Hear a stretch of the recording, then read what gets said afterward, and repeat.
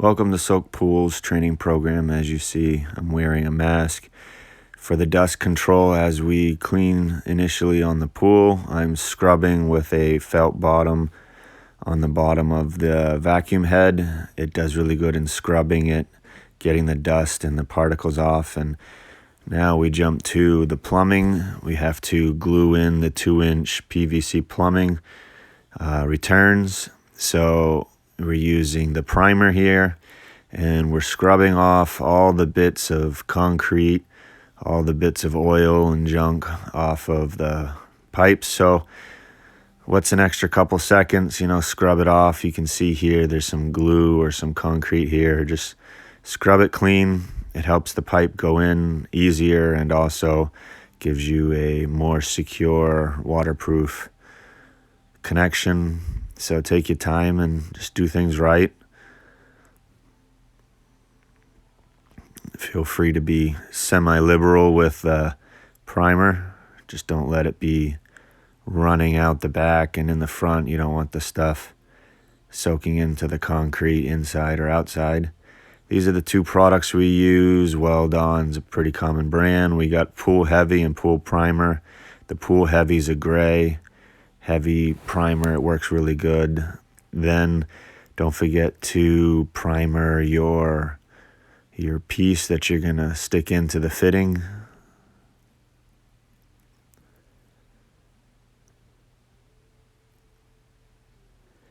If you're doing it in the pool, try not to make a mess. Your tiler won't like it. Get these pretty clean. Take your time, try to get it as clean as possible. Go in at least 1.5 inches, 2 inches in.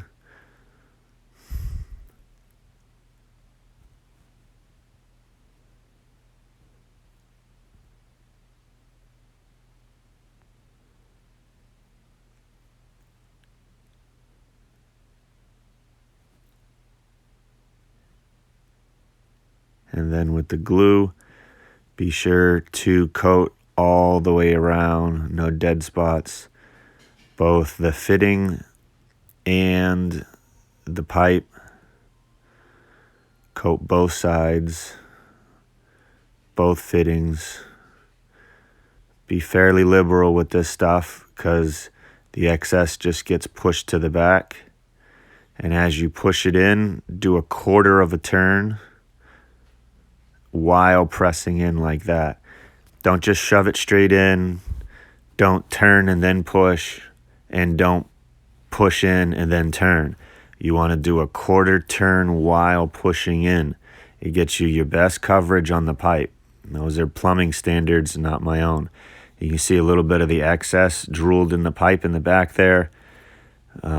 It's best to wipe up underneath and in the back so your tiler and your plumber don't curse your name.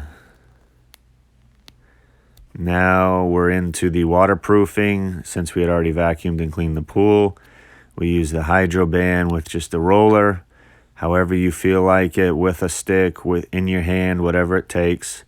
We're doing 2 coats. We do seam tape in the corners, and the seam tape just kind of gets glued in with the hydro band. And 2 coats the walls and 2 coat the floors.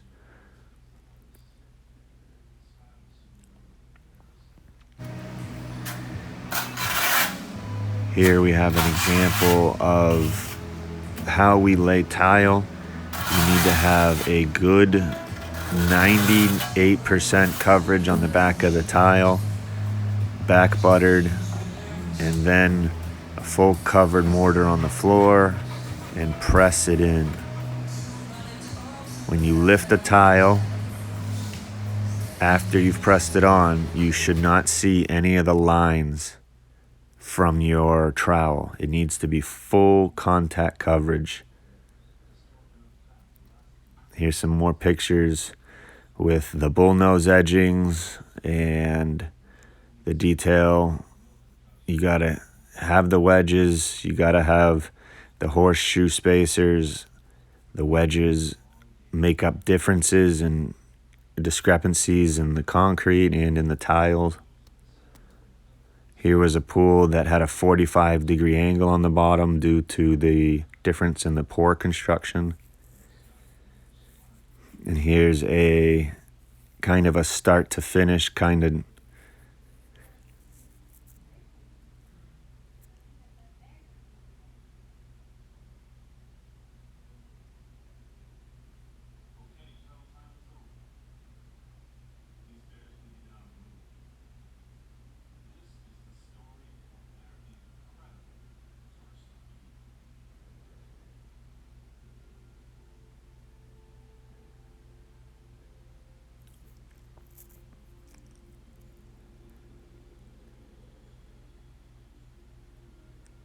you can see with a 2-man team, it goes pretty quick. One person's laying, one person can be back buttering.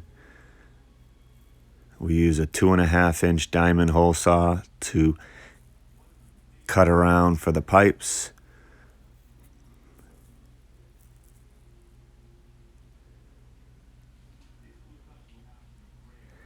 I will go into detail more so with you in person around the skimmer and a few other details.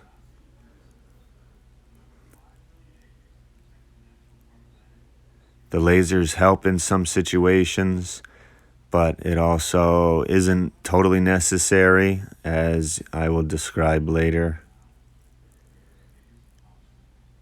But it definitely makes things easier sometimes, but finding a place to attach it can be a pain in the butt.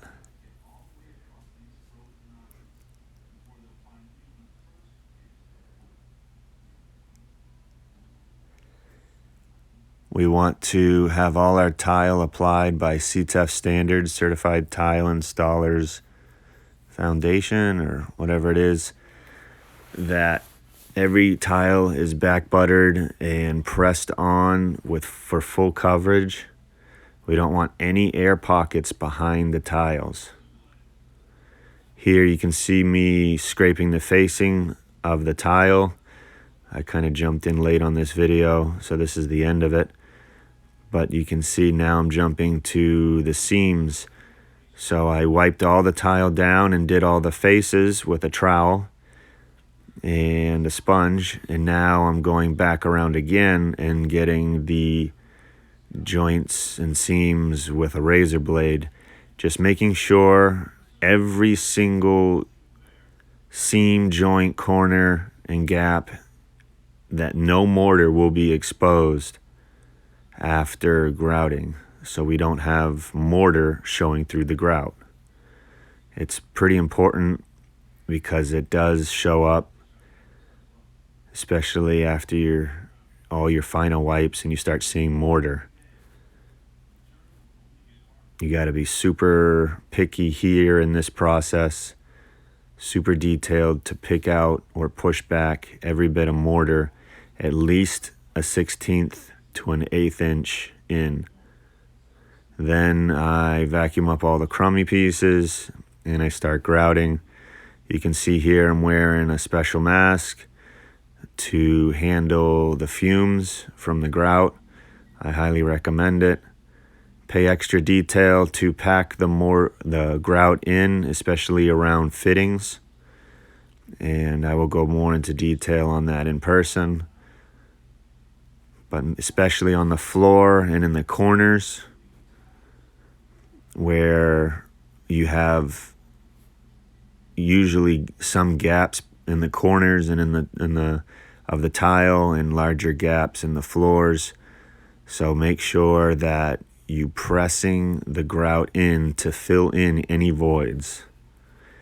If you don't press it in, as it dries, it does have some shrinkage and you'll start seeing pinholes and sinkholes.